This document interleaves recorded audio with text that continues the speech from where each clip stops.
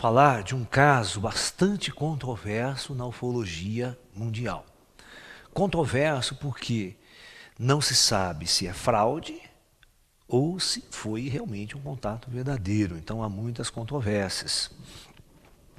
Mas nós vamos apresentá-los aqui, né, deixar que vocês tirem as conclusões, nós vamos dialogar, vocês podem ver na internet. Foi um dos primeiros casos e ele é interessante porque na época ele mexeu muito com a mídia mundial. Tá? Muito bem.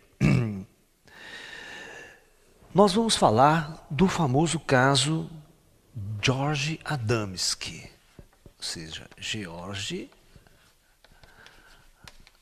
Adamski. Deixa eu ver. Para não escrever errado, é tudo mudo, Adamski. É, aqui, ó. Assim. Muito bem. Quem foi esse cidadão? Primeiro de tudo, nós vamos apresentá-los a vocês e quando começa o envolvimento dele com contatos ufológicos. Porque agora nós vamos ver contatos de quarto grau, mas vai ser um contato com criaturas amigáveis, que vai conversar profundamente com ele, tratá-lo como uma pessoa, né? Não esses ETs que até agora a gente viu aí, que, né? Aquela coisa maluca, né?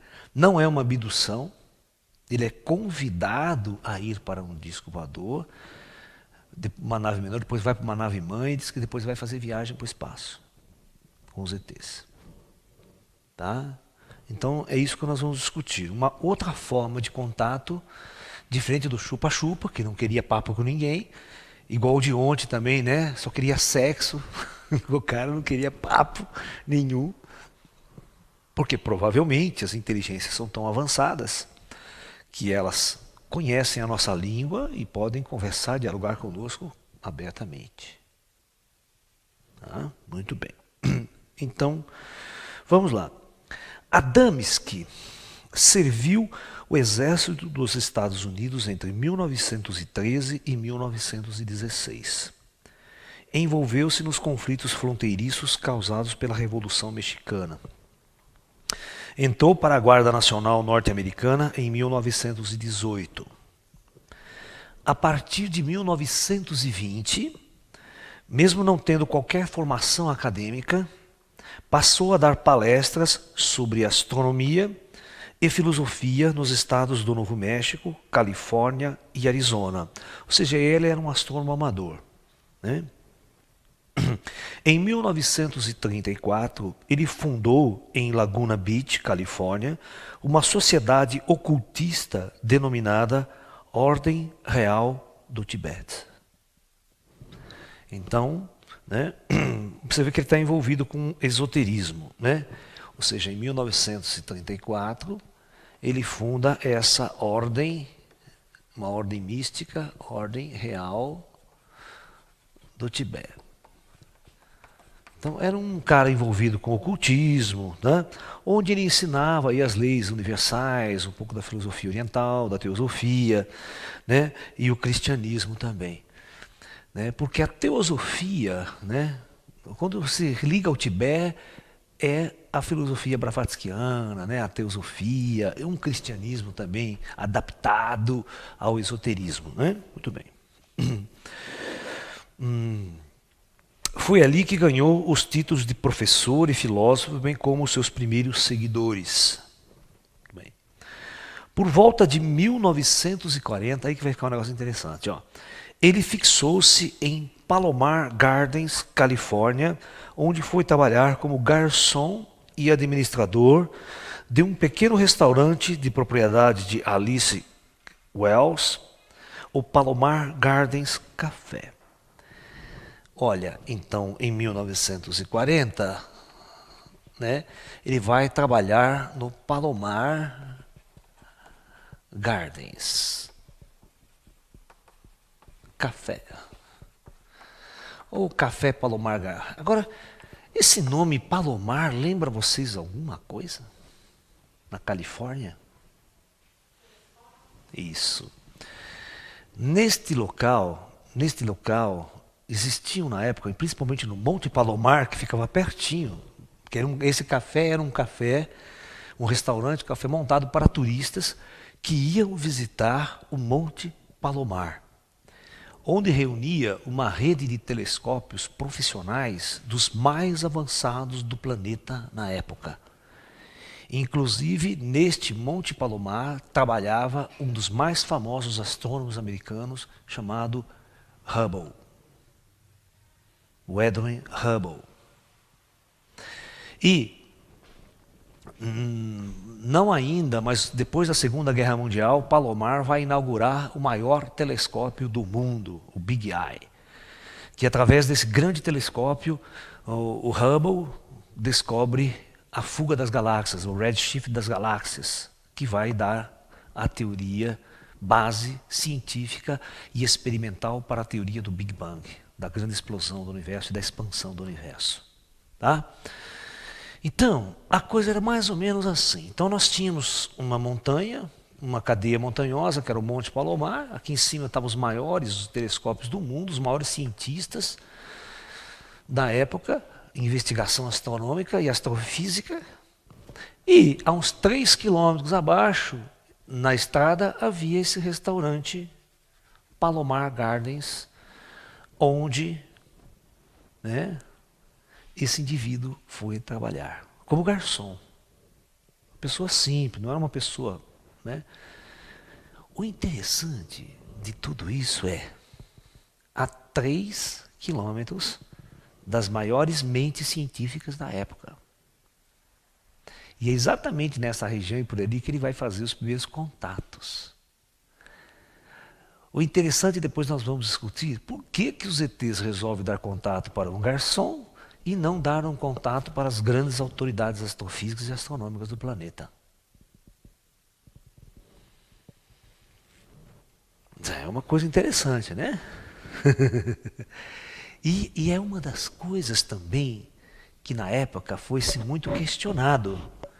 Não se esqueçam que os astrônomos e os cientistas da época são figuras extremamente arrogantes. Eles sempre foram muito arrogantes, como se eles soubessem o seu dono do mundo. Né?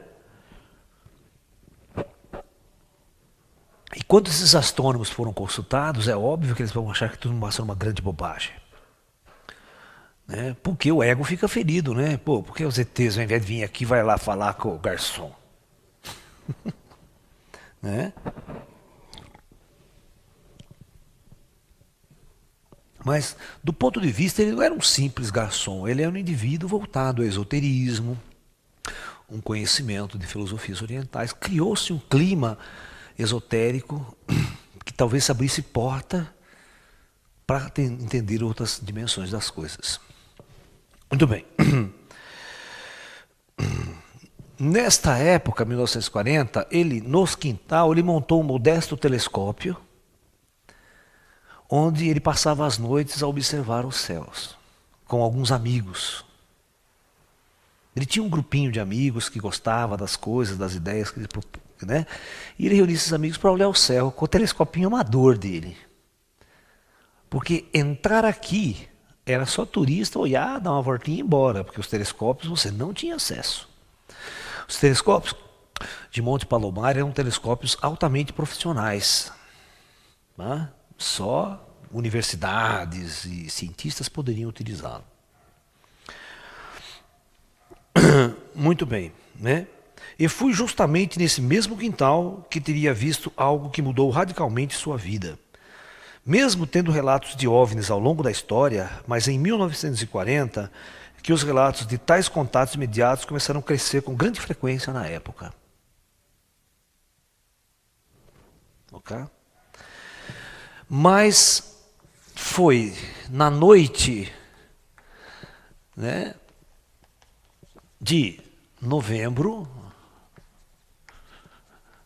de 1946, essa data aqui, né, enquanto ele prescutava o céu com o seu telescópiozinho, né, ele avistou o seu primeiro OVNI. Então, nesta data, Adamski vai observar lá do Palomar Gardens o seu primeiro OVNI.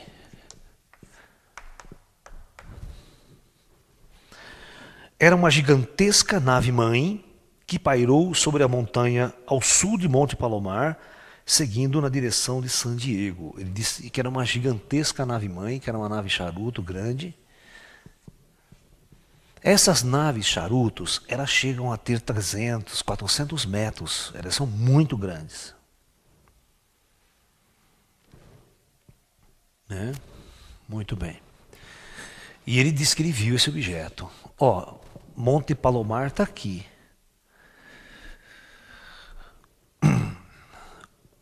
Não sei se vocês sabem, os astrônomos profissionais, praticamente eles não veem o céu. Tá? Vocês vão achar que eles olham o céu do jeito... Não. Vocês têm que entender que os astrônomos profissionais, eles estão estudando galáxias distantes, estrelas muito distantes. Quem já usou um telescópio na vida, sabe como é difícil você focar pontos no céu com telescópios. Tá? Então, na verdade, o Monte Palomar ele tem uma cúpula, certo? Ele tem uma cúpula. Hoje ainda mais sofisticado, naquela época não tinha computadores, tal, era tudo mecânico, né? E você tem a cúpula, e você tem uma abertura na cúpula, assim, onde o telescópio procura a faixa do céu e essa cúpula roda e o telescópio roda também, tá? Então, geralmente, quando os cientistas entram ali, 7, 8 horas da noite, eles entram na cúpula, eles já não ficam olhando, eles não têm uma visão lateral do céu, eles têm só aquele buraquinho onde o telescópio está aberto. E aí, eles vão fazer o quê? Eles vão direcionar o telescópio para um determinado ponto, uma galáxia distante, e ele não fica olhando. Quando ele entra no telescópio, vai olhar o telescópio, ele está focando uma coisa lá naquele lado, vai bater fotografia tal. Então, mesmo ele passando a noite naquele centro de observatório, ele não vai ficar olhando para o céu. Ele vai ficar entretido com seus papéis, com seus cálculos, com suas fotografias, com suas observações. Tá? E, geralmente porque lá fora é muito frio. Dependendo das noites eram frias, dependendo, né? Você está na montanha. Muito bem. Então, esse foi o primeiro avistamento. O interessante é que todos os astrônomos profissionais nunca deram uma declaração dizendo que viram alguma coisa. Principalmente extraterrestre. Os cientistas na época eles eram muito radicais. Eles não acreditavam em vida extraterrestre, não acreditavam em ET, e pode parar com isso. E tudo nessa área não passava de bobagens. Ok? Muito bem. Muito bem. O relato, eu vou aqui falar o relato dele, segundo o relato dele mesmo, sobre essa aparição. Então ele diz assim, era pouco mais de meio-dia, olha que interessante, ao dia. Tirávamos fotos com alguns amigos da família quando ouvimos o ruído dos motores de um avião. Observamos o avião enquanto passava quase por cima de nós até desaparecer no horizonte. Súbita e simultaneamente todos nós nos voltamos a olhar de novo ao cume da montanha sobre o qual passava o avião. Voando alto e silenciosamente, via-se uma gigantesca nave prateada em forma de charuto, sem asas nem acessórios exteriores de nenhuma espécie. Veio em nossa direção muito lentamente, como se estivesse flutuando. Depois pareceu pairar, ficando imóvel, e exclamou-se, será uma nave do espaço? Mesmo pensando que aquilo era uma visão, perceberam que não possuía asas e era laranja na parte de cima. Tentamos filmar ou fotografar, mas ficamos tão nervosos com a nave que nada dava certo, até que o objeto começou a se mover e foi embora lentamente. Bom, esse primeiro contato visual que o Adamski teve foi o ponto-chave para ele, a partir daí, dedicar toda a sua vida, toda a sua energia para pesquisar esses fenômenos. O interessante é que essas naves-mães, de todos os relatos que eu tive, elas passam muito lentamente.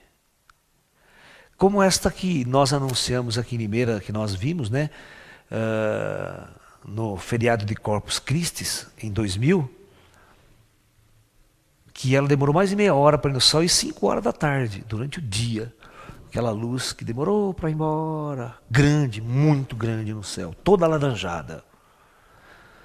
Nós temos filme disso. Tá?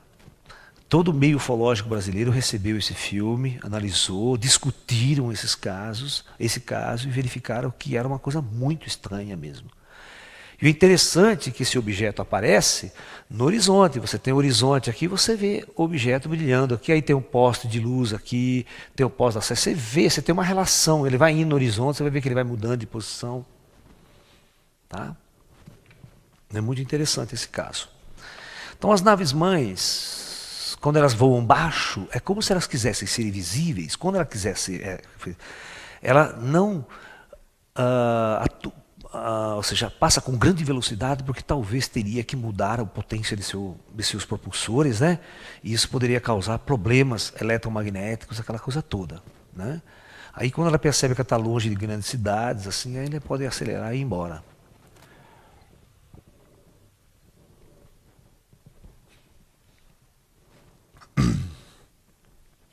Muito bem. Muito bem. Esse primeiro contato impressionou de tal forma que ele passou a dedicar todo o seu tempo livre investigando o fenômeno OVNI.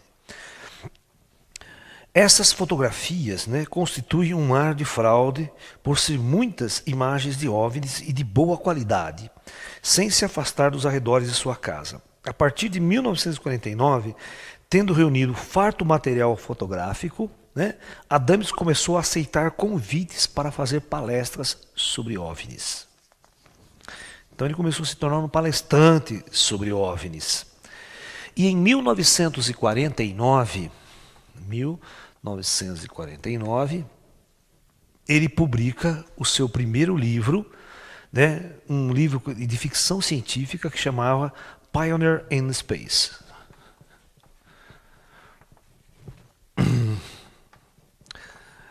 Isso aqui significa pioneiros no espaço, né? O importante é analisar essa época. Essa época é uma época muito importante, por isso que começou a aparecer uma onda de UFOs nos Estados Unidos, muito grande. Se bem que vocês estão percebendo, 1946, ele vê uma nave charuto. Mas a era dos discos voadores, vocês se lembram que a era do disco moderno começou em 47, com a famosa aparição vista por aquele piloto chamado Kenneth Arnold nas montanhas de Washington, nos Estados Unidos, os Montes Rainier, em Washington. Um fato importante dessa grande onda de aparições a partir de 46, 47. O que vocês acham que estava acontecendo no mundo nesta época? O que tinha acontecido antes nessa época? Tinha terminado a Segunda Guerra Mundial. Além de ter terminado, como terminou a Segunda Guerra Mundial? Vocês se lembram? Ela terminou com a explosão de 2 bombas atômicas em Hiroshima e Nagasaki. Estava inaugurada, então, um período de nossa civilização onde a humanidade atingiu um potencial bélico destrutivo jamais visto na história. Talvez por esse motivo, as forças extraterrestres resolveram se mostrar com muita intensidade para a nossa humanidade. Como um alerta. Olha, vocês agora têm a maior de todas as responsabilidades nas mãos. Vocês invocaram energias nas quais talvez você não tenha tanto controle sobre elas. E essas energias invocadas e desprendidas da matéria poderá levar a humanidade à extinção, se ela não for usada com responsabilidade. Ok? Então talvez eu justifico que a grande aparição de UFOs, né, o caso Roswell que nós discutimos em 1947, né, toda essa fenomenologia ufológica a partir dessa época, fazendo com que a humanidade pudesse perceber, e as próprias autoridades científicas e militares perceber, mesmo de forma oculta, não admitindo para o grande público, que uma força superior estava observando e patrulhando a humanidade. Isso é muito importante analisar. Né? Muito bem. É interessante que neste momento ele falava de viagens, esse livro dele falava de viagens espaciais à Lua, Marte e Vênus. Ele advoga, entre outras coisas, a existência de atmosfera respirável na Lua, e algumas colocações apresentadas como ficção neste livro passam a ser tratadas como fato em seu livro mais famoso, né, de 1953, que é Flying Saucers Rave Landed. Os discos voadores pousaram. Então, em 1953, né, ele escreve Os discos voadores pousaram.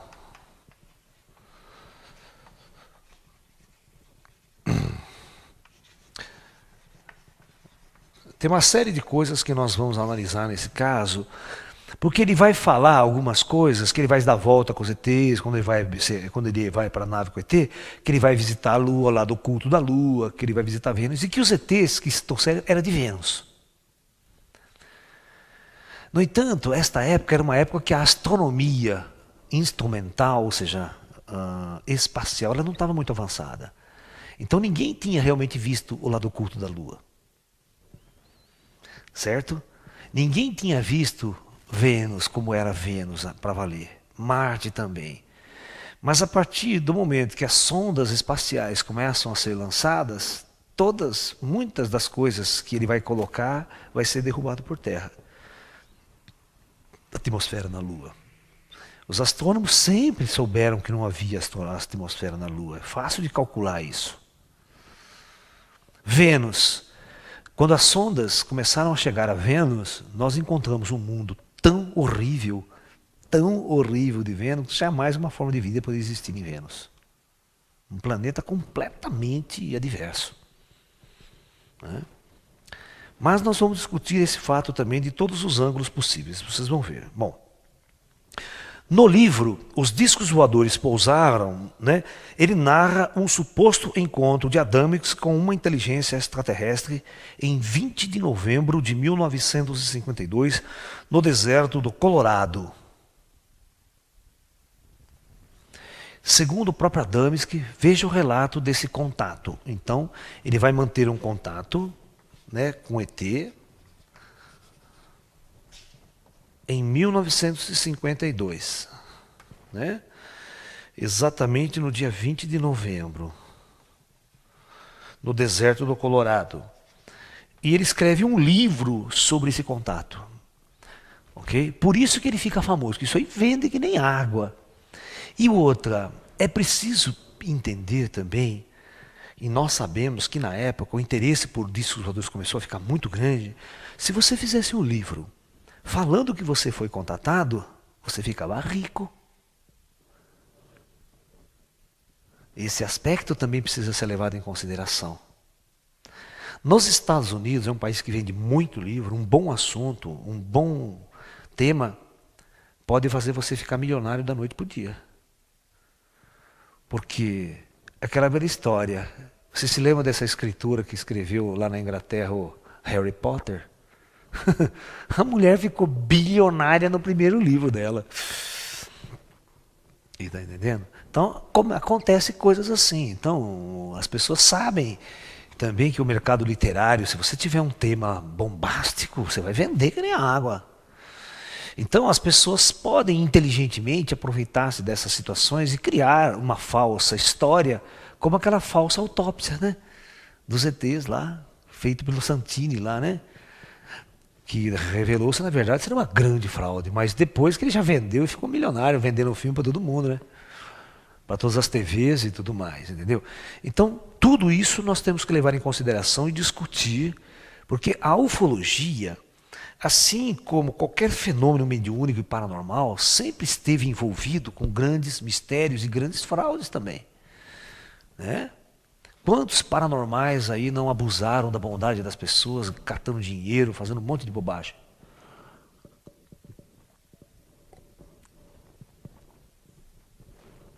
Então nós sempre vamos levar em consideração todos esses ângulos, tá?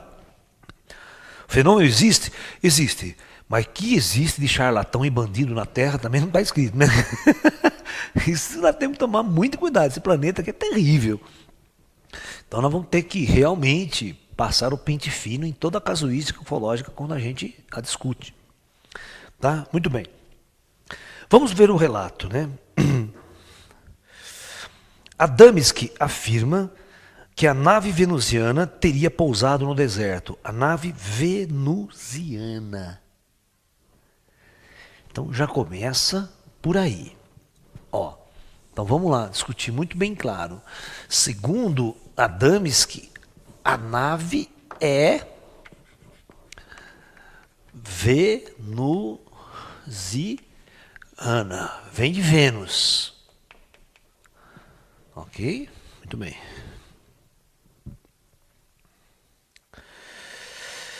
O ET, né, apelidado pela editora de Orton, era o único ocupante de um pequeno disco voador que emergiu de uma gigantesca nave-mãe em forma de charuto. Então, a história era mais ou menos assim. Tinha uma nave-mãe, gigantesca nave charuto, dessa nave sai uma nave pequena, que, segundo os desenhos que eu já vi, né, era uma nave mais ou menos assim, uma bola em cima e 3 bolotinhas aqui embaixo. Tem umas protuberâncias assim. Tá? Se vocês entrarem na internet, vocês vão ver essas fotos toda bem, né, mostrado, o caso bem discutido também. Hoje a internet tem um arquivo, né? Então sai e desse disco voador que pousa, né? Pousa lá, sai um ser tipicamente humano, um macacão prateado, loiro, cabelos longos, todo bonitão. E segundo o caso aqui, ele se deu o nome de Orton.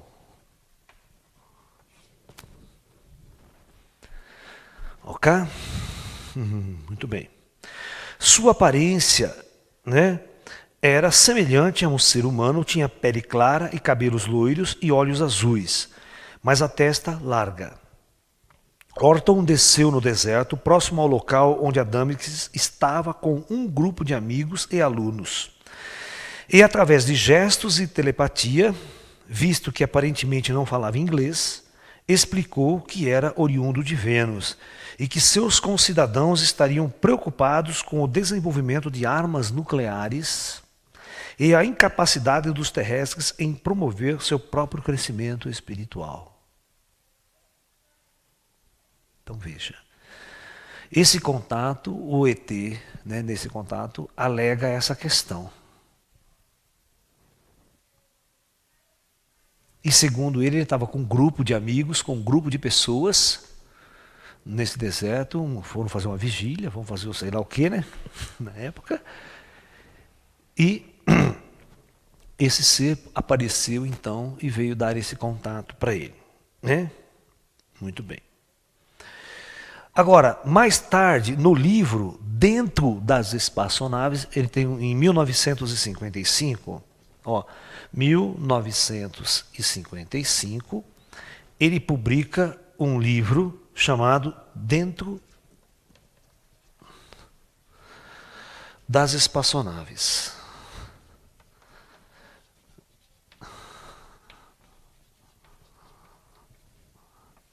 É um tema muito interessante, né?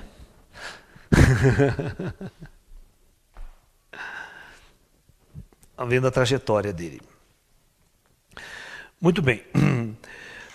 Foi a segunda parte de seus encontros com os extraterrestres. Narra como teria sido novamente contatado por Orton em 18 de fevereiro de 1953, né, o qual parecia ter aprendido a falar inglês fluentemente.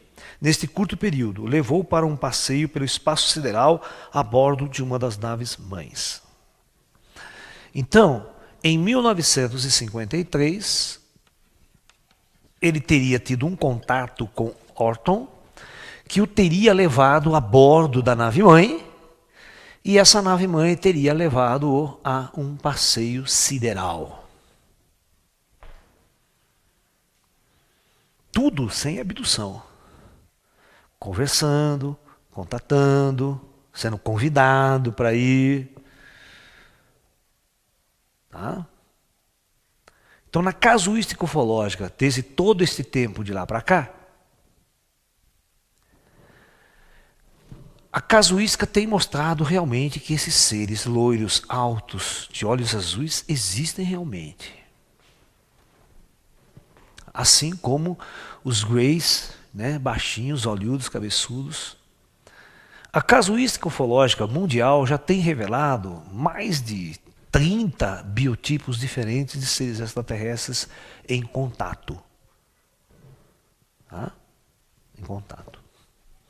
Então vamos continuar a história. Vamos ver o que ele relata desta viagem especial, importante, né, deste indivíduo.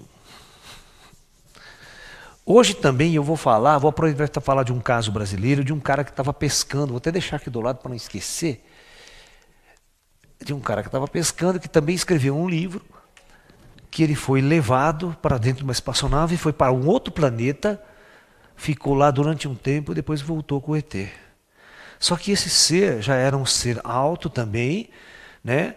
Mas totalmente careca, com olhos mais ou menos puxados para trás, assim, meio de oriental, tal, mas sem nenhum cabelo na cabeça. Tal. Dóceis, meigos. Tá? Então vamos ver o relato do Adamski, o que ele falou quando ele foi para essa nave-mãe. E geralmente é interessante que como a casuística ufológica tem mostrado que realmente quando se tem contato com esses grandes, loiros ou morenos, altos, bem humanos, bonitos, eles realmente pilotam ou utilizam esta nave charuto. Essa nave charuto sempre é operada pelos humanos grandes e altos. Aquelas bolas de luz, ou pequena, ou void, aquelas coisas, sempre os piquititicos. E já foi visto também eles operarem em conjunto. Dentro dessa nave-mãe, ter tanto os pequenos quanto os grandes operando junto ao mesmo tempo, como amigos. Tá? Se isso é verdade, né, por que você vai ter medo dos baixinhos e abraçar os grandão, né? Você está entendendo? Então vamos lá. Relato. Segundo Adamski, os extraterrestres precisavam de um porta-voz que dizia mensagem, que poderia levar suas mensagens de paz entre os povos da Terra. E ele havia sido escolhido para a missão. Enquanto a nave-mãe cruzava o espaço, permitindo que Adamski visse à distância lagos, rios, montanhas nevadas e arborizadas na face oculta da Lua. Então, presta bem atenção, este vai ser um furo. Este vai ser uma das coisas que mais tarde vai ser derrubada. Ok? Ó. Ele permitindo que Adão visse à distância lagos, rios, montanhas nevadas e arborizadas na face oculta da Lua. Paisagens igualmente bucólicas, oceanos e grandes cidades cientificamente projetadas em Vênus. Então, duas coisas, na Lua e Vênus. Aqui ele cita que vê lagos, oceanos, montanhas e cidades cientificamente projetadas em Vênus. E isso vai ser derrubado pela ciência mais tarde.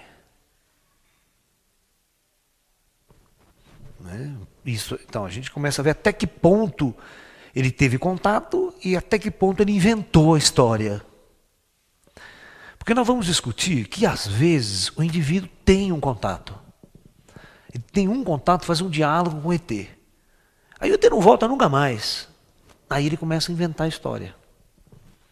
Inventar a história, amplia, aumenta, sabe?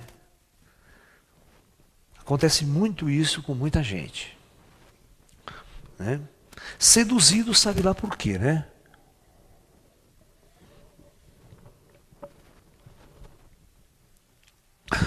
Continuando.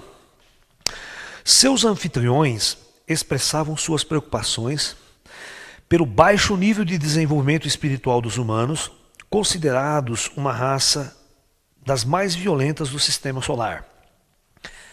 Em dezembro do mesmo ano, tirou as fotos das naves venusinas, conhecendo também os marcianos, os saturianos, tendo viajado mais de 50 mil milhas dentro da nave, e afirmou que viu sua falecida esposa encarnada em Vênus. Ou reencarnada em Vênus, né? Muito bem. Esse relato que ele viu o sistema solar, população celular, Saturno, ok?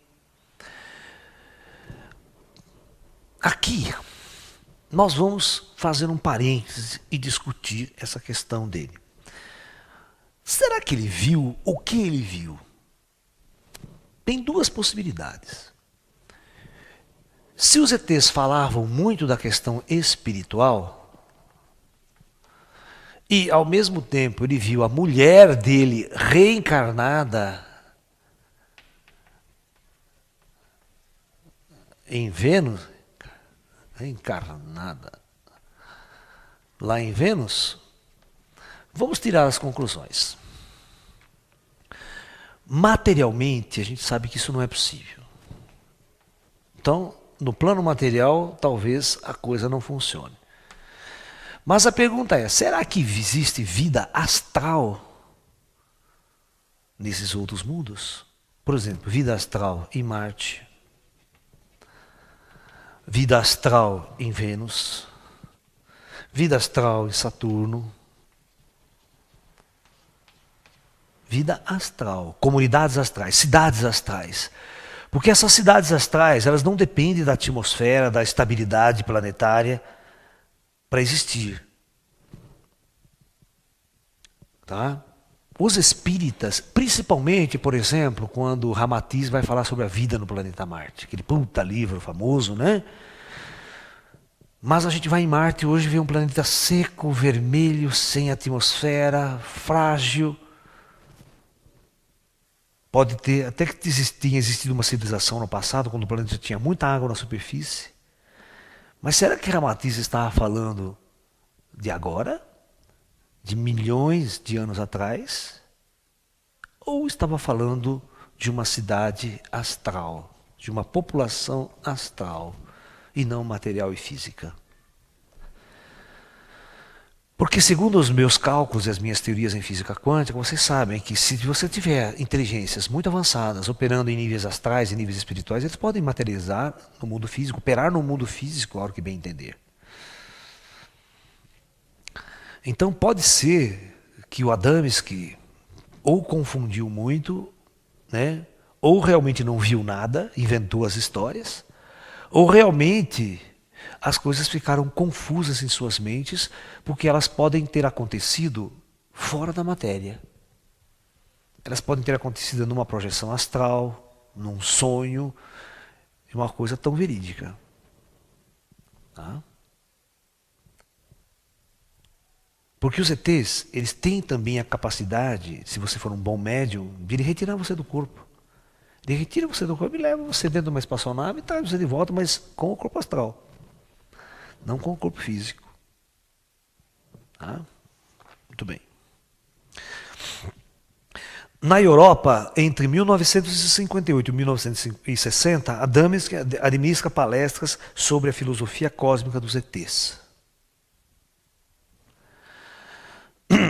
Consta, não se sabe se é verdade, que ele foi recebido em audiência pela rainha Juliana dos Países Baixos, e em 18 de maio de 1959. E anos depois, quando sua credibilidade já havia entrado em declínio, até mesmo pelo Papa João XXIII, em 31 de maio de 1963.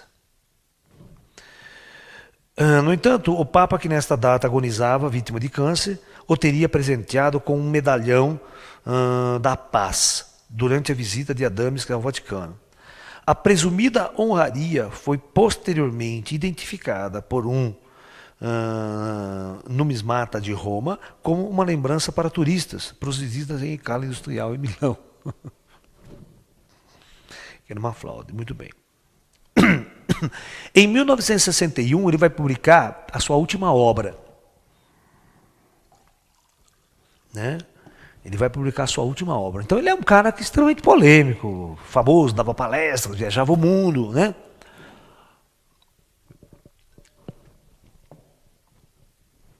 E nessa época que ele dava palestras, tinha até um militar, um coronel reformado que o acompanhava, sabe, nas palestras, que gostava da casuíça, gostava das histórias dele, patrocinava até as viagens dele, né?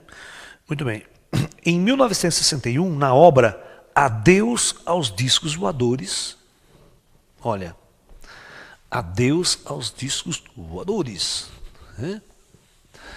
Então vamos lá. Então, em 1961, Adeus aos Discos Voadores. Adamski sustenta a tese de que a atenção dos homens do espaço para a Terra teria despertada pela emissão de ondas de radar contra a Lua, promovida pelo exército norte-americano em 1946, e do descaminho da raça humana. Os OVNIs teriam procurado o ponto preciso de origem do sinal, o que explicaria, né, a grande onda de contatos visuais de discos voadores nos Estados Unidos a partir de 47. Mas isso é uma bobagem, do meu ponto de vista é uma bobagem. Do ponto de vista que eu penso, os ETs estão na Terra operando há milhares de anos, até na pré-história. Eles sabem tudo sobre a raça humana, todos os períodos da raça humana.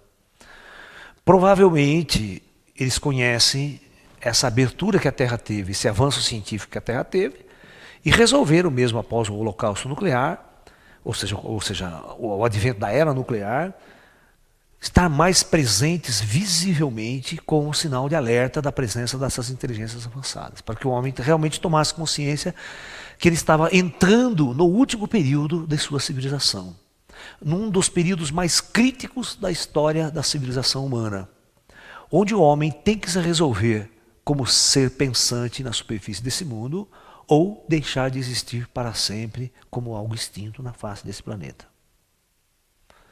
Então é um período muito importante para a nossa civilização, um período de grandes responsabilidades para a nossa humanidade. Ou o homem se espiritualiza e descobre seu espírito, ou se ele viver em função da matéria, fatalmente ele irá para uma autodestruição. Não tem duas opções, é essas daí. Mais do que essa não tem. Muito bem. Adamski teria ainda um último contato com os seres extraterrestres, né? Antes de sua morte, em 26 de fevereiro de 1965. Ao lado da amiga Madeleine Rutherford, durante uma estadia em Silver Spring. Ele testemunhou pela última vez o voo de um disco voador sobrevoando árvores próximas. Desta vez, contudo, os ETs o haviam avisado previamente para que mantivesse uma filmadora à mão. O registro em filme de 8 minutos é considerado um dos mais convincentes jamais efetuados em toda a história da ufologia. Segundo alguns engenheiros aeronáuticos, o fato do disco voador ter seu formato distorcido de quadro para quadro poderia indicar a presença de um poderoso campo gravitacional sendo gerado pelo aparelho. Menos de 2 meses após essa filmagem, com 74 anos, faleceu em Maryland, vítima de um ataque cardíaco. Então existe um filme que ele fez de 8 minutos, que realmente é impressionante, né? Que deixa as pessoas que fizeram análise do filme achar que era verdadeiro. Então, vamos tentar entender alguns aspectos. Como eu disse para vocês, talvez o Adamski tenha realmente atraído um determinado tipo de contato. É possível que ele até tenha visto um ET realmente descer no deserto e entrar em contato com ele. Por quê? Porque a gente sabe que experiências desse porte já andou acontecendo em outros lugares, aqui no Brasil também. Isso não deixa de ser uma coisa impossível. No entanto, né, quando há uma testemunha, neste caso que ele filmou, existe uma testemunha que confirmou realmente essa Marilene aí, depois de entrevistada, e mesmo depois de 30 anos depois do caso, ainda ela continua confirmando e lembrando direitinho os detalhes. Essa mulher.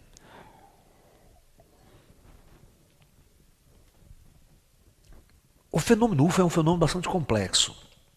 As mentes humanas às vezes não estão tão preparadas para esse impacto emocional e cultural que ele advém.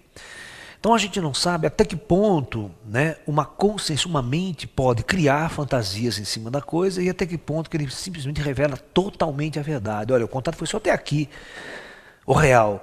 Daqui para frente eu estou imaginando, estou contando história para vender livro, para ampliar as coisas. Né?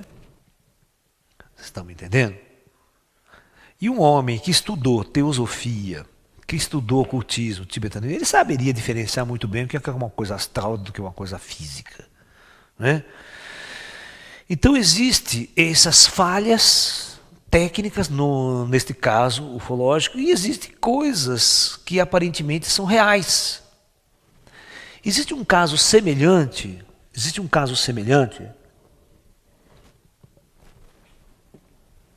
dos mais controvertidos que aconteceu na Suíça, que é o famoso caso Billy Meier. Vocês já ouviram falar? Hã? Então existe um suíço chamado Billy Meier, tá? Eu não sei como é que escreve, não sei se é assim, Billy Meier, agora não vou lembrar direito, mas Meier acho que é assim, tá? O suíço Billy Meier é um cara, ele não tem um braço, tal, um barbudinho senhor, mas se você vê as fotografias e a filmagem de UFO que ele faz, perfeitas. Entendeu? Então, eu tenho amigos que foram até o local lá na Suíça, onde o cara tirou as fotos, entrevistou ele, conversou, tal. Rede de televisão japonesa fez entrevistas, tal.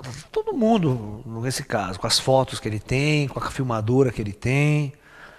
Inclusive tem uma cena que ele parece montando a filmadora dele, aí ele vai na frente da filmadora dele, tal, vai, e aí ele vem, aí os UFO filmando ele aqui do lado da filmadora e o UFO lá no céu. Entendeu? Com perfeição. Vocês entram na internet e procuram caso Billy Meier. Nas revistas de ufologia isso foi muito discutido. Então, é assim, a maior parte acha que é uma fraude. Eu, Laércio, também acho que é uma fraude. Eu nunca vi uma coisa daquela. Foto daquele jeito, tal, tal. E ele nunca teve um contato com os ETs mesmo. Só foto, filme, foto, filme, foto. E às vezes aparece para ele e tal. Entendeu? Então, é um caso controvertido. Outros acham que não, defendem o Billy Meier, aquela coisa toda. Tá? No caso do Adamski, nós temos os que defendem e o que acham que é uma fraude. Vamos ver o que acha que é uma fraude e o que diz. Olha, o francês Marc Herret publicou várias críticas, verificou fundo das imagens e fotos e comprovou uma superposição de imagem e declarou fraude, sendo que na época os equipamentos eram primitivos. O ufólogo Richard Hayden fez uma simples pesquisa sobre as condições climáticas em novembro de 52 e não bateram com a descrição do tempo dada por Adamski durante a visita da nave. Muito bem. Os defensores, quem defende ele. Em 1979, o pesquisador Timothy Good entrevistou Lucy McKinney, uma das testemunhas do contato. Mesmo depois de 27 anos, ela tinha certeza do avistamento e com detalhes. Conta que no exato momento do avistamento, levou o Adamski perto do carro para pegarmos o telescópio. E continuei olhando de dentro do veículo, a nave nos seguindo. Quando disse pare, a nave parou também. E ele saltou do carro e foi para longe do carro. Ela disse que viu de longe o extraterrestre voltar para a nave e partir como se fosse um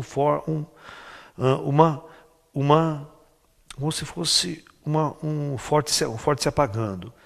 Na volta, Adamski falou que havia chegado tão perto do ET que seu braço se contaminou de radiação e até veio a sofrer com isso depois. E no chão tinha as pegadas do ET. Né?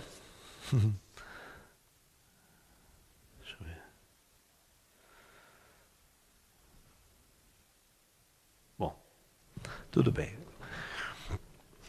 Então, esse caso é um caso muito interessante. Tem um caso no Brasil, tá? Que um senhor estava pescando, né, à noite, na beira de um rio, estava lá.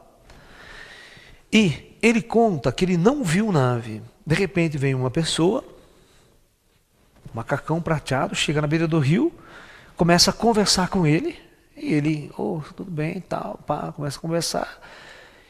E nesta conversa que vai passando o tempo, o cara se declara um extraterrestre, que está com uma nave próxima pousada. Se ele queria acompanhá-lo, se ele queria ver, ele falou, vou, tudo bem, eu vou. Foi. Entrou nessa nave, os caras eram muito amistosos, humanos, como eu falei, careca só, e levou esse cara a fazer uma viagem para outro planeta. Você está entendendo? Existe um livro sobre esse caso, eu tenho um livro na minha biblioteca aí, né? Se eu não me engano, como é que chama o livro? Minha Viagem numa Nave, num disco voador. Minha Viagem num Disco Voador, acho que é uma coisa assim. Entendeu? Então, nós temos uma casuística farta aqui. Nós temos um caso famoso, muito famoso, né? Do General Moacir Uchoa. Olha, o General Moacir Uchoa,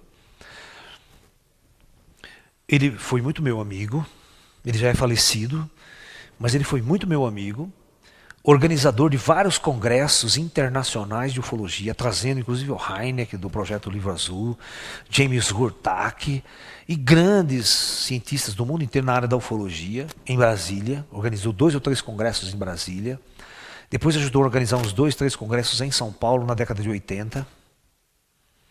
E nesta mesma época eu também organizei vários congressos de ufologia na cidade de Campinas e trouxe o General Uchoa várias vezes fazer conferências de ufologia. Inclusive, eu levei o General Uchoa 2 vezes fazer conferência de ufologia dentro da Unicamp. Dentro da Unicamp. Eu não sei se você se lembra, Rosaura. Você não estava mais lá, mas eu levei o general 2 vezes. Uma vez o general foi a meu convite particular e organizei e ele deu uma palestra. Na segunda vez eu fiquei encarregado de trazer, mas a própria Unicamp, quando organizou um famoso congresso chamado Interação Mente, Espírito e Matéria. Neste congresso sobre interação mente, espírito e matéria, o General Uchoa veio falar sobre discos voadores e seus contatos. O General Uchoa tem uma casuística fantástica para contar. E eu pretendo gravar uma palestra, uma especial também só sobre o General Moacir Uchoa. O interessante do caso Uchoa é que envolve parapsicologia. Ele tem o primeiro livro dele nesta área, chama A Parapsicologia e os Discos Voadores, onde ele vai mostrar uma relação entre fenômenos paranormais e discos voadores e extraterrestres, e contato com extraterrestres. O segundo livro mais famoso dele, chamado Mergulho no Hiperespaço, e eu lembro a época que ele lançou esse livro, Mergulho no Hiperespaço. Quando ele lançou esse livro, Mergulho no Hiperespaço, ele foi trazido para Campinas, onde eu o conheci e assisti uma palestra pela primeira vez. Ele veio dar uma palestra na loja da Amorque, da Rosa Cruz, cujo, na época, presta atenção, o grão-mestre dessa loja de Campinas era o meu orientador na física da Unicamp. É bem interessante eu pegar um orientador que já é mestre da loja Rosa Cruz, super esotérico também, vocês estão me entendendo? Né? E o meu trabalho em física foi exatamente teoria da relatividade. O meu projeto em especial em física na Unicamp, com esse orientador. Né? E era um indivíduo que gostava muito dessas coisas também. Né? Hoje ele mora no Paraná, de vez em quando ele vai até dar conferências nos congressos de ufologia internacionais que são realizados no Paraná. Né? Então, o General Uchoa merece um livro. Nesse Mergulho no Hiperespaço, ele fala exatamente de um contato real com os ETs e uma viagem fora do corpo, onde ele é levado para o interior de espaçonaves e é levado a visitar outros planetas fora de seu corpo físico. Por isso que ele chama mergulho no hiperespaço. Hiperespaço é o nome do plano astral que ele dá. Ele vai dar o nome de hiperespaço ao plano astral. Né? Porque o general sempre teve um lado espiritual muito forte. Ele era médium também, incorporava, participou muitas épocas de centros espíritas. Então ele tinha um lado dúbio. E também participou de muitos casos de ufologia. Muitas experiências ufológicas. Ele pesquisou durante muito tempo esse paranormal chamado Thomas Green Morton. Ele e sua equipe, ele tinha um grupo especial em Brasília, onde ele pesquisou durante muito tempo o Thomas Green Morton. E tem histórias fantásticas do Thomas. Ele contava para nós a história do Thomas, a gente ficava embabacado. E também o grande contato com discos voadores realizado pelo general Maurício Shoa foi uma experiência que ele teve numa fazenda chamada Alexiana, em Goiás, onde morava um caseiro nessa fazenda que era um grande paranormal e sensitivo, e esse sensitivo é que tinha contato com os ETs. E o general Shoa, a partir do estudo dessa fenomenologia, por isso que ele vai falar de parapsicologia e discos voadores, o primeiro livro dele é o estudo que ele faz desse paranormal e das experiências ufológicas. E vai mostrar também que num determinado momento o ET desce de uma espaçonave e cura a sua enteada que está praticamente desenganada pelos médicos de doença de Chagas. Tem toda uma história que ele conta. Então, com toda a nossa experiência ufológica, com todos esses contatos que eu tive com pessoas famosas, fantásticas, e todo esse relato, essa vivência que nós temos na área da ufologia, né? Eu acho que nós temos a condição de fazer um apanhado depois de quase mais de 50 anos de chamada ufologia moderna, né? 2007 fez 50 e tantos anos de ufologia, agora, né? Porque a gente chama de ufologia moderna lá o Montes Rainier em 47, lá em julho de 47. Então essa experiência é uma experiência que abre o leque. E o general Shoa teve toda essa experiência também. Vocês entenderam? Então o que acontece? Acontece que lá atrás, muito tempo atrás, poderia ter havido alguma coisa. Você quer ver uma coisa interessante que pode acontecer? O ET, ele desce para dar um contato com George Adamski.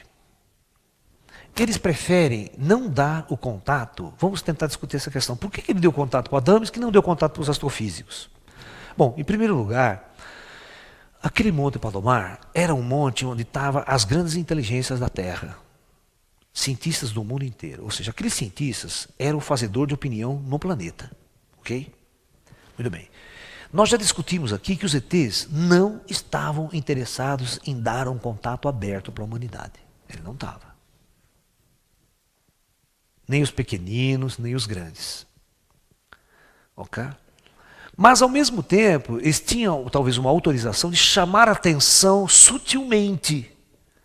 Porque se eles dão um contato para um daqueles astronautas, ou dos astrônomos, e convence uma das maiores autoridades a falar, bicho, o planeta muda. Se um cientista vier e falar, eu tive contato, eu entrei na nave, imagina o Einstein chegando, não, eu entrei no disco voador, fiz um contato. Todo mundo é obrigado a ouvir, porque o cara não é uma besta, não é um burro, é uma das maiores inteligências do planeta. Ou seja, isso muda a face do planeta. Então os ETs não estavam interessados nesse impacto para a sua civilização ainda. Ou seja, registrar com realidade a sua intervenção e a sua existência. Então ele vai lá, uma pessoa mais simples, com um pouco de conhecimento esotérico e com condições de entender talvez toda essa dimensão do fenômeno UFO.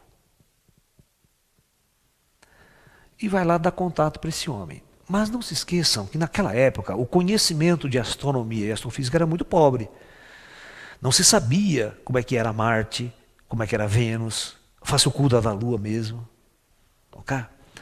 Então, de repente, ele pode chegar e dar um contato para você. Como ele percebe que o cara é uma cabeça simples, uma mente simples, né? O cara pergunta, de onde você veio? O ET sabe que na nossa galáxia tem mais de 200 bilhões de estrelas, dos quais muito pouca gente nesse planeta tem a noção de espaço. A maior parte dos humanos conhece até Vênus, Marte, Terra, que é muito comentado. Mas fora do sistema solar, o nome das estrelas, sistemas, é completamente desconhecido do ser humano. Nem nome tem as estrelas. As estrelas são batizadas com Epsilon, Eridane, não sei o quê, letras. E, pasmem, 99% das estrelas que tem no céu não tem nome. Elas nem foram batizadas ainda. Só as mais brilhantes que têm nome são batizadas, conhecidas, certo? Então o ET, às vezes, ele fala assim, pô, a cabeça desse cara não vai muito longe, então é mais fácil falar para ele que eu vim de Vênus. Imagina você abduzir um lenhador, um pedreiro, né? E o pedreiro, de que planeta que você veio? O ET olha para a cara dele, o cara não sabe o que é dimensão, não sabe o que são distâncias interestelares, o que é uma galáxia, não tem noção do que é uma estrela, o que é um sol, não tem noção do que é astronomia. Ah, para facilitar a conversa, para encurtar, fala vim de Marte, vim de Vênus, vim de Júpiter, fica mais fácil. Aí o cara entende, está no nível intelectual. Então eu acredito que às vezes os extraterrestres mediam o nível cultural do seu contatado e para não prolongar ou perturbar a visão consciente desses indivíduos, falava qualquer coisa para ele. Entendeu? Falava uma mentira para, tá tudo bem, né? Mais importante que eu quero que você passe essa mensagem para a Terra. Fala para as pessoas acordarem, tomarem consciência que nós estamos aqui, nós somos seres de paz, seres de luz, viemos para trazer um conhecimento maior à humanidade, mas não podemos ainda, na altura do campeonato, fazer uma intervenção massiva. Por incrível que pareça, né? Ontem eu saí à noite e voltei, acho que umas 2h30 da madrugada. Quando eu chego em casa, ligo a televisão. Imagine que filme está começando no TV Globo. O dia em que a Terra parou. Faz tempo que não passava na TV, mas passa nesses horários, né? Se eu soubesse que ia ter a programação, eu ia gravar esse filme, porque é raro achar ele. Eu ia botar para gravar, sabe? Mas é muito interessante. Esse filme é muito bom. É muito bom. Feito na década de 50, em preto e branco.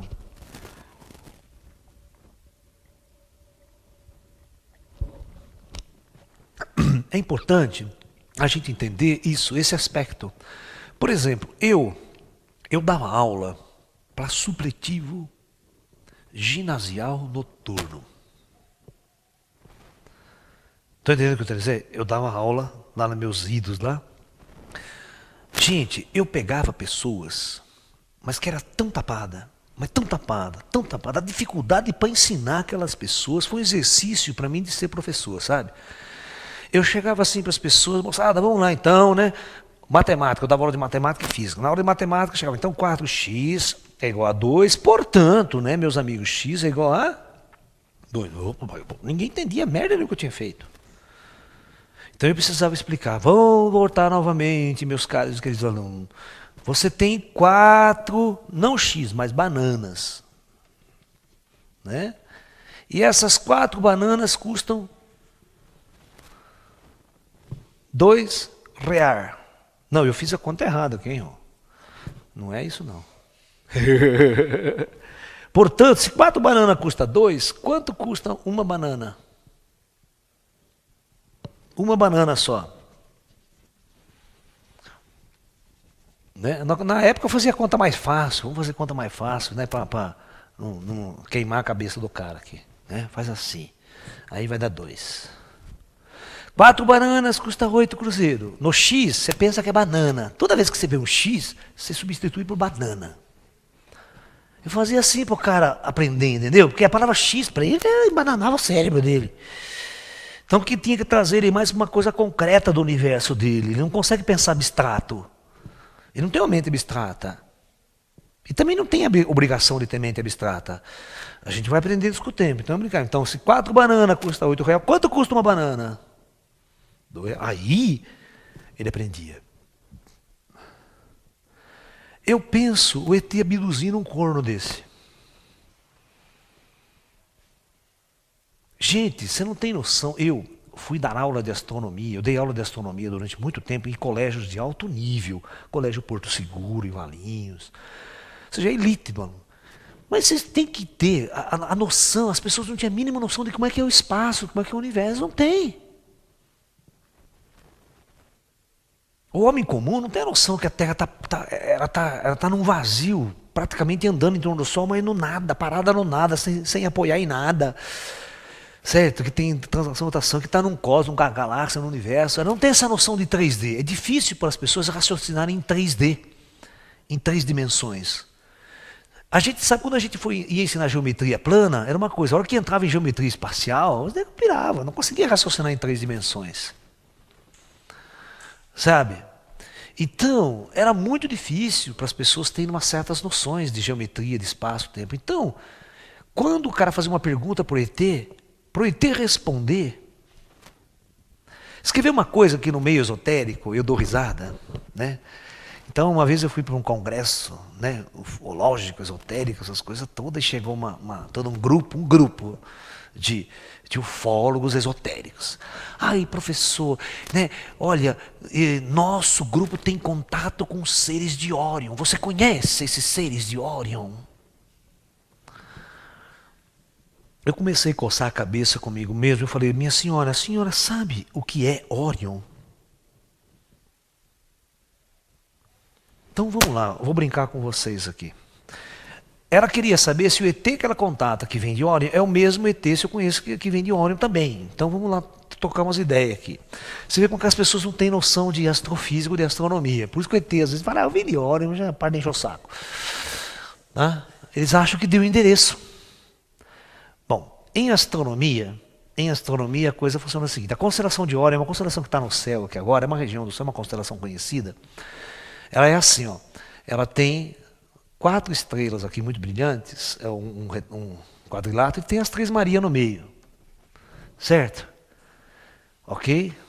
Aqui embaixo está a nebulosa de Órion, certo? Aqui tem até dentro umas galáxias que vão aparecer. Aqui vai aparecer uma galáxia, cara, lá de fundo. E aqui vai ter, essas são as mais brilhantes. Então no quadrante, a gente chama esse quadrante aqui como o quadrante da constelação de Órion. Só que, pasmem, quando você mete uma foto de fundo aqui, que a gente chama de Deep Space do Hubble, né, ou de espaço profundo, você vai entrar nessa coisa, que essa coisa aqui vai ter trilhões, vai ter bilhões de estrelas nesse. E ainda vai chegar ao cúmulo você pegar uma galáxia, 2 ou 3 galáxias aqui. E essa galáxia, ela está fora da nossa galáxia. É só essa galáxia que tem mais de 200 bilhões de sóis. E tudo isso aí está onde? Em Órion. Então, bicho, porra, cara, eu vim de Órion, pô, grande endereço, né? Para mim não deu endereço nenhum. Em Órion deve quantos bilhões de civilizações não deve existir em Órion? Né? Então, as pessoas não têm noção. Quando o ET falar para você vir de Órion, fala assim, especifique melhor o seu endereço. Fala, seja que nem o Spock. Seja, lembra o Spock? Né? Temperatura dava 4,5 graus, 3, dava 10 graus depois da vírgula. Né? Você está entendendo? Né? Você está entendendo? Você tem que questionar o ET. Você tem que ir mais fundo com o ET, para ele não te enrolar. Senão o ET te enrola. Ah, eu vim de Órion. Se o cara for meio burro, fala, opa, legal, já resolveu, né? Já disse que veio de Órion. Mas para mim não refresca nada se ele veio de Órion ou não veio de Órion. Eu falava assim para mim, especifique quadrante, dimensão, estrela, coordenada, as coordenadas, x, y, z e t. Né? Porque você tem que entender, você tem que fazer um quadrante da galáxia, cara. Você tem que fazer um mapa galáctico. O que é mapa? Você tem que fazer o mapa galáctico, é um mapa que está acontecendo em 3D. Se você botar a Terra como coordenada, um eixo de referência, ou o Sol nosso como eixo de referência, ou se você quiser colocar o núcleo da galáxia como um ponto de referência, aí você tem uma coordenada espacial em todas as dimensões, aí você pode localizar um ponto dentro da galáxia, com precisão. Você quer precisão? Você fala, ET, escuta aqui, primeira coisa, eu quero saber quantos anos-luz a sua estrela está da Terra, do nosso Sol aqui, do nosso sistema solar. Tanto, em que direção, em que quadrante, em que bababá. Aí a gente começa a ter uma noção de posição. A sua estrela é visível da Terra? Primeira pergunta. Porque simplesmente ele pode vir de Órion, de uma estrela, de um sistema solar, que não é visível a olho nu da Terra. Não é é visível. E pior ainda seria se ele falasse que veio de Sagitário. Por que pior seria se ele veio de Sagitário? Porque está lá a constelação de Sagitário no céu, só que quando você está olhando para a constelação de Sagitário, você está exatamente olhando para o núcleo da galáxia, aquela região do núcleo. E aqui, não se esqueça que está 99% das estrelas da galáxia. Aqui tem quase 198 bilhões de estrelas nessa região. Está a população inteira da nossa galáxia ali. Então, vir de Sagitário também não vai refrescar muito. Né? Então, eu acho que os ETs, quando eles dão contato para as pessoas, eles sabem muito bem quem são as pessoas. Eles sabem o conhecimento que as pessoas têm e vão conversar naquele nível. De onde você veio? Ah, eu vim de um planeta, de uma estrela que você desconhece. Não está nas suas cartas astronômicas. Pronto. É uma boa resposta, não é? Ok? Por exemplo, para vocês terem uma ideia, o famoso caso Barney e Beth Hill, um dos primeiros casos bem relatados nos Estados Unidos de uma abdução, que é chamado a viagem interrompida, onde ele está passeando de carro, os dois estão indo de uma estrada, de repente ele vê uma luz no céu e sente uma sonolência e apaga. E quando eles retornam assim dentro do carro, eles percebem que passaram-se mais de 5 horas. Estava clareando o dia. E eles saíram 9 horas da noite. Para uma viagem que ia durar meia hora. Quando eles se sentem estranhos, acordam quando eles vão para a casa dele, aí eles veem um amassado no carro dele, do lado assim.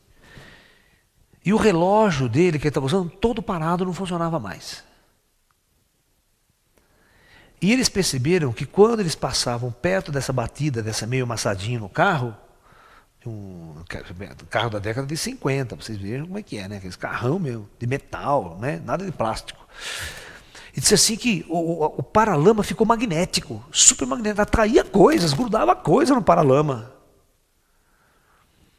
E ele começou a ter certos sonhos, eles queriam saber o que aconteceu nessa viagem interrompida, nesse período de tempo. Então eles procuraram um hipnotizador. Sabe, um médico hipnotizador. E esse Heineck, que fez o livro Projeto Azul, acompanhou muito bem esse caso de perto. E aí, sobre hipnose regressiva, os dois, o casal separado, em hipnose, eles revelam a mesma experiência. Eles foram abduzidos nesse inteirinho por um disco que levou ele com o carro e tudo para dentro da espaçonave, que é o caso, que nós vamos discutir um caso semelhante aqui no Brasil na manhã, o caso Hermínio e Bianca, o casal de testemunho de Jeová, o casal de crentes. E eles foram levados para dentro do carro. E lá eles tiveram. Porque o casal era um casal ilusitado porque a mulher era branca e o marido dela era negro. Naquela época, essa relação interracial nos Estados Unidos era problemática. Existia muito racismo nos Estados Unidos naquela época. E ainda existe. E eles vão contar toda a experiência. E quando, presta atenção, a Beth pergunta para o ET de onde eles vieram, ele leva ela num painel, tipo um painel de TV, né? Tipo de um painel de TV, que está assim, e lá ela vê tipo de um mapa estelar. Ela vê um mapa estelar lá, onde tem uma bola aqui, tem vários pontos assim, e aqui tem umas linhas muitos nesse mapa. O ZT fala, nós viemos nós viemos, essa aqui é uma trajetória muito constante no espaço, e nós viemos de uma estrela, de um sistema solar que está aqui, aí tem a linha de curso também, várias estrelas principais aqui, sabe? E vem o mapa.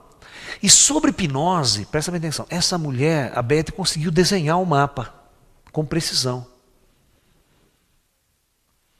Quando foi mostrado para alguns astrônomos na época, ninguém conseguiu identificar que setor era do nosso mapa astronômico. Não conseguiram.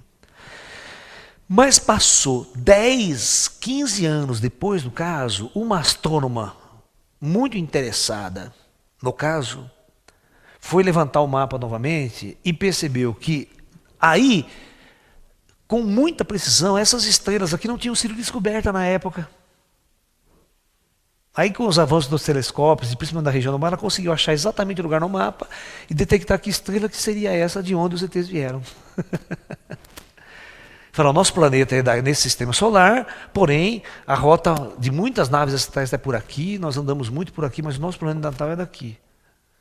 Aí essa moça, essa astrônoma conseguiu levantar o mapa da onde os ETs vêm. Então aí é uma informação astronômica interessante. Então né, no meu caso, por exemplo, que sou astrônomo e astrofísico, se o ET entrar em contato comigo, eu vou fazer as perguntas para ele, né, como é que é.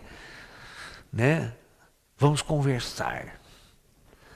Né? Posso não ter todo o avanço científico deles, mas pelo menos uma noçãozinha de como eles vão explicar, a gente talvez até possa entender. Né?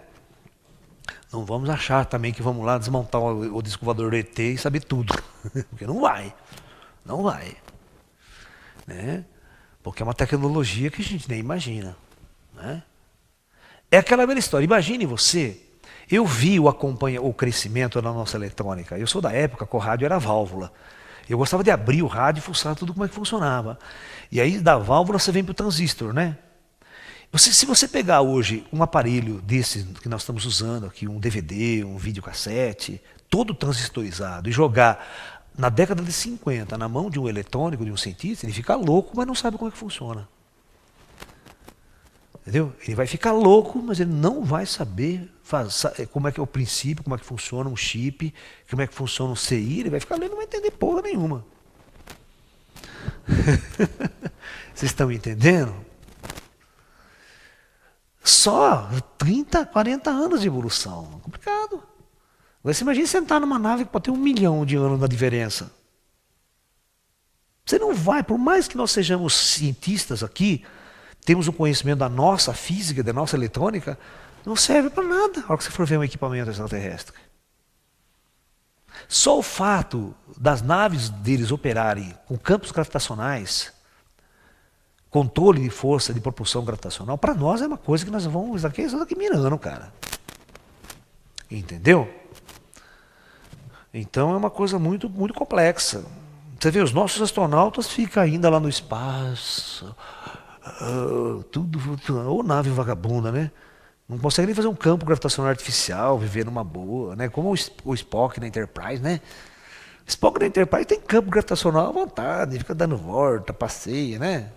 Não fica flutuando lá no Enterprise. Isso, gente, fazer campos artificiais gravitacionais também, pode esquecer que vai demorar muito tempo para a física fazer isso. Entendeu? Que existe realmente muita dificuldade técnica e teórica. Não há teorias ainda. Não tem teoria.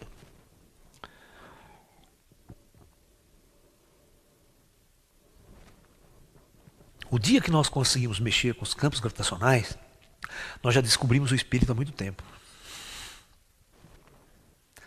Essa é uma das questões fundamentais. Porque mexer com campos faria com que você mexesse com forças tão violentas que poderia construir armas tão mais sofisticadas do que a bomba atômica. Então, o controle de campos de energia, de radiações, energias, são bastante complexos.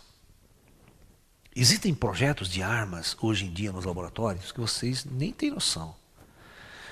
Existem projetos de armas radioelétricas, eletromagnéticas, com pulsos eletromagnéticos, que poderia matar a humanidade ou deixar louca as pessoas sem lançar um tiro. É simples.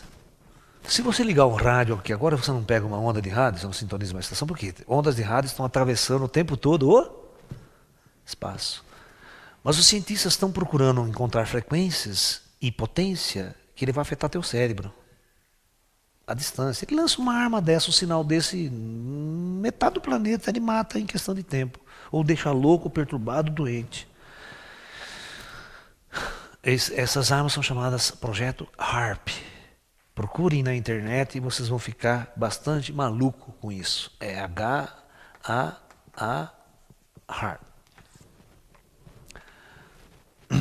Né? E vocês vão ver que se o espírito não se desenvolver primeiro, por isso que dominar certas teorias das físicas, certos conhecimentos de física, requer primeiro um avanço espiritual. Senão, nós correríamos um risco tão grande de transformar isso em armas muito, muito mais sofisticadas do que uma bomba atômica.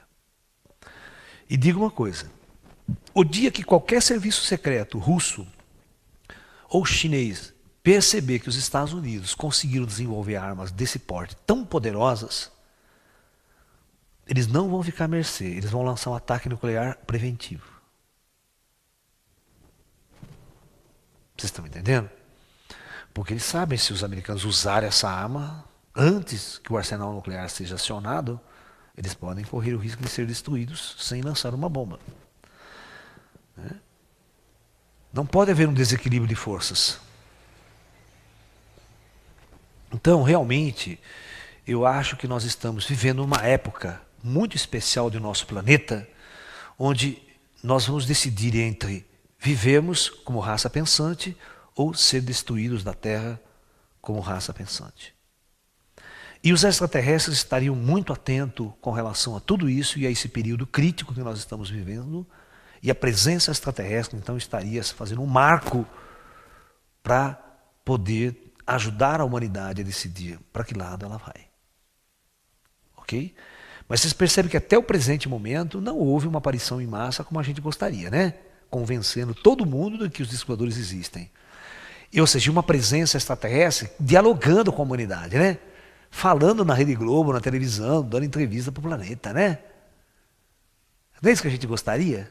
Acabar com esse mito ET, né? E vamos ouvir o que eles têm para nos dizer e para nos ensinar. Doa a quem doer. Ok? Quem sabe esse dia pode chegar e nós poderemos ver esses dias. Nós humanos aqui dessa geração. Seria um dos maiores presentes para a humanidade, né? Com certeza. Mas eu tenho certeza também que se esse dia não acontecer para a humanidade, pode acontecer para algumas pessoas. Pode ser adiantado para algumas pessoas que estiverem prontas, que buscar esse encontro, buscar esse contato. Eu tenho certeza que mais cedo ou mais tarde os ETs vão entrar em contato com as pessoas especiais, escolhidas por eles.